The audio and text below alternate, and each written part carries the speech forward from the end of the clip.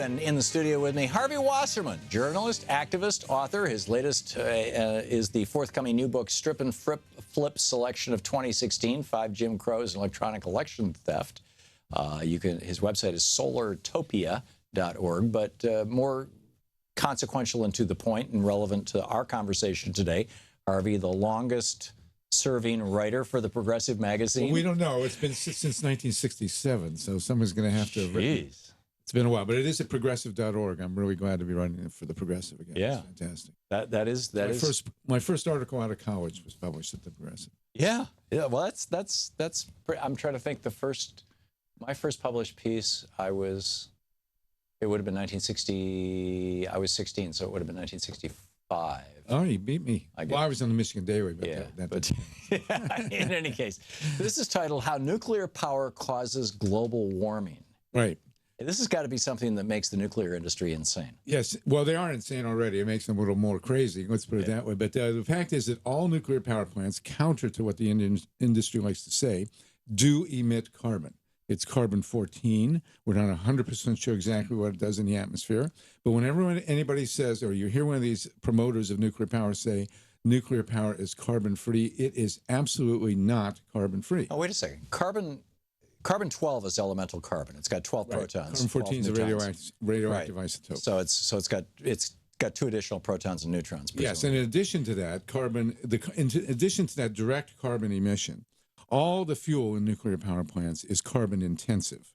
These little pellets come from mining. No, I know that, and we're going to get to there in just a second. But I'm trying to figure out where the heck is this carbon-14 coming from? Is it carbon-12 that is being cycled through in the it's part of the fission process. It's one of the byproducts of fission, like cesium 137 and all the other. Right, but those don't get into the atmosphere because they contain the reaction within the reactor. They go out. They go out. Believe me, there are iodine 131 emissions from all nuclear power plants all the time. And they do harm the people downwind. Iodine 131 is what causes thyroid cancer. And straight to the thyroid. The electrons, the beta emissions harm the tissue of the thyroid. Right. This is especially problematic at Fukushima. You know what the most widely prescribed drug in the United States is? Potassium iodide. Well, no, it's Synthroid. Which for iodine. Synthroid is a synthetic form. Armor is the natural form, which is what Hillary Clinton takes, and also my wife takes. This is how I learned about this. But Synthroid is the most frequently prescribed drug in America. So there's a lot of people who have had their thyroids taken out. Yeah. And do you think that has something to do with the proliferation of nuclear power since the 1950s? Absolutely, because we have 100 commercial reactors operating in the United States. They're spread all over the country.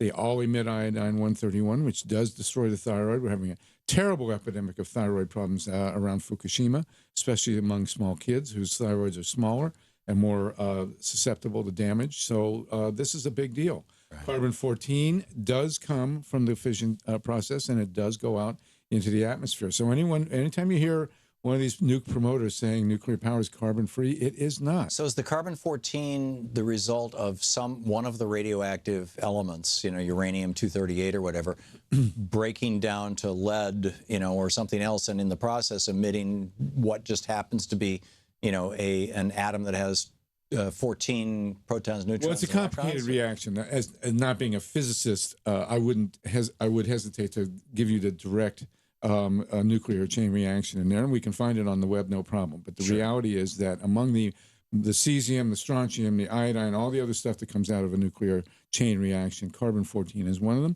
It is known, and whenever I say carbon-14, it comes out of a nuclear reactor, so nuclear power plants are not carbon-free. They say, well, it's not significant, but it's detectable.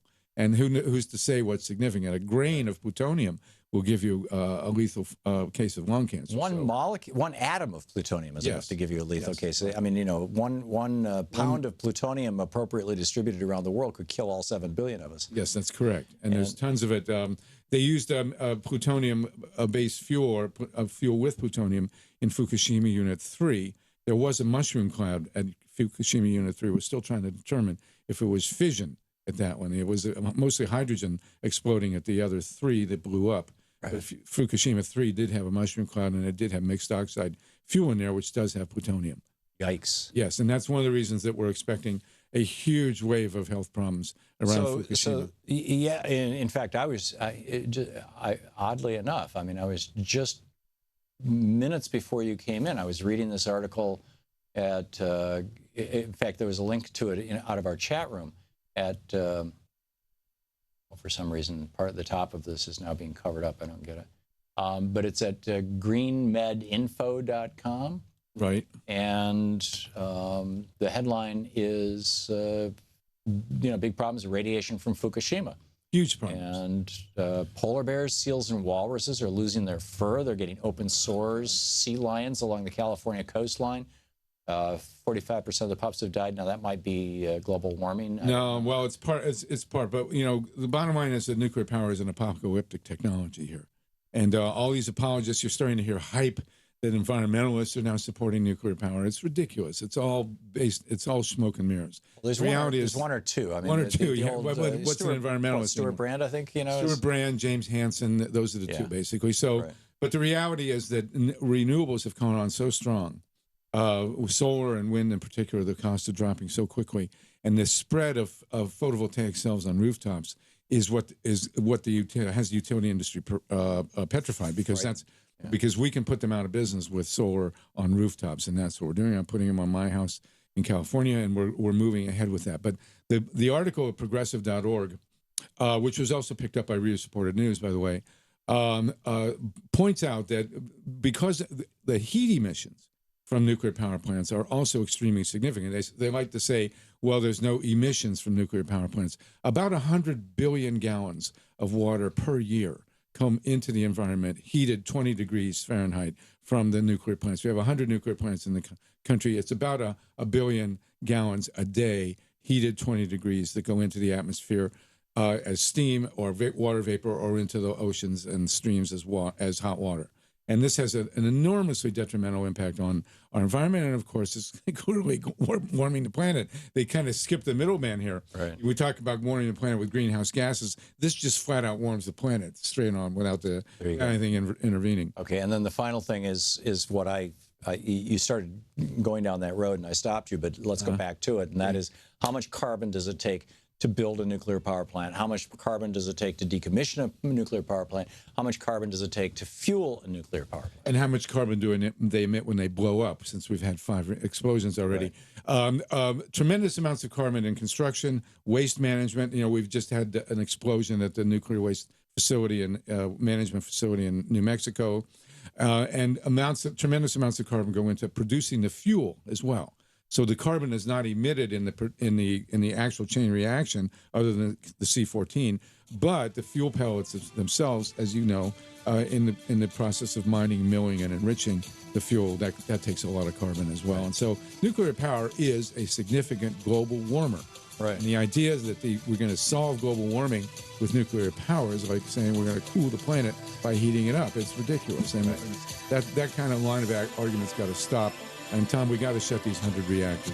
I'm with you. Harvey Wasserman. Hang on just a second. This is the Thom Hartmann Program. Harvey Wasserman, you can read his main stuff over at solartopia.org. This article is in progressive.org. There you go. Thank you, Harvey. Thank you. Great having you. We'll be back.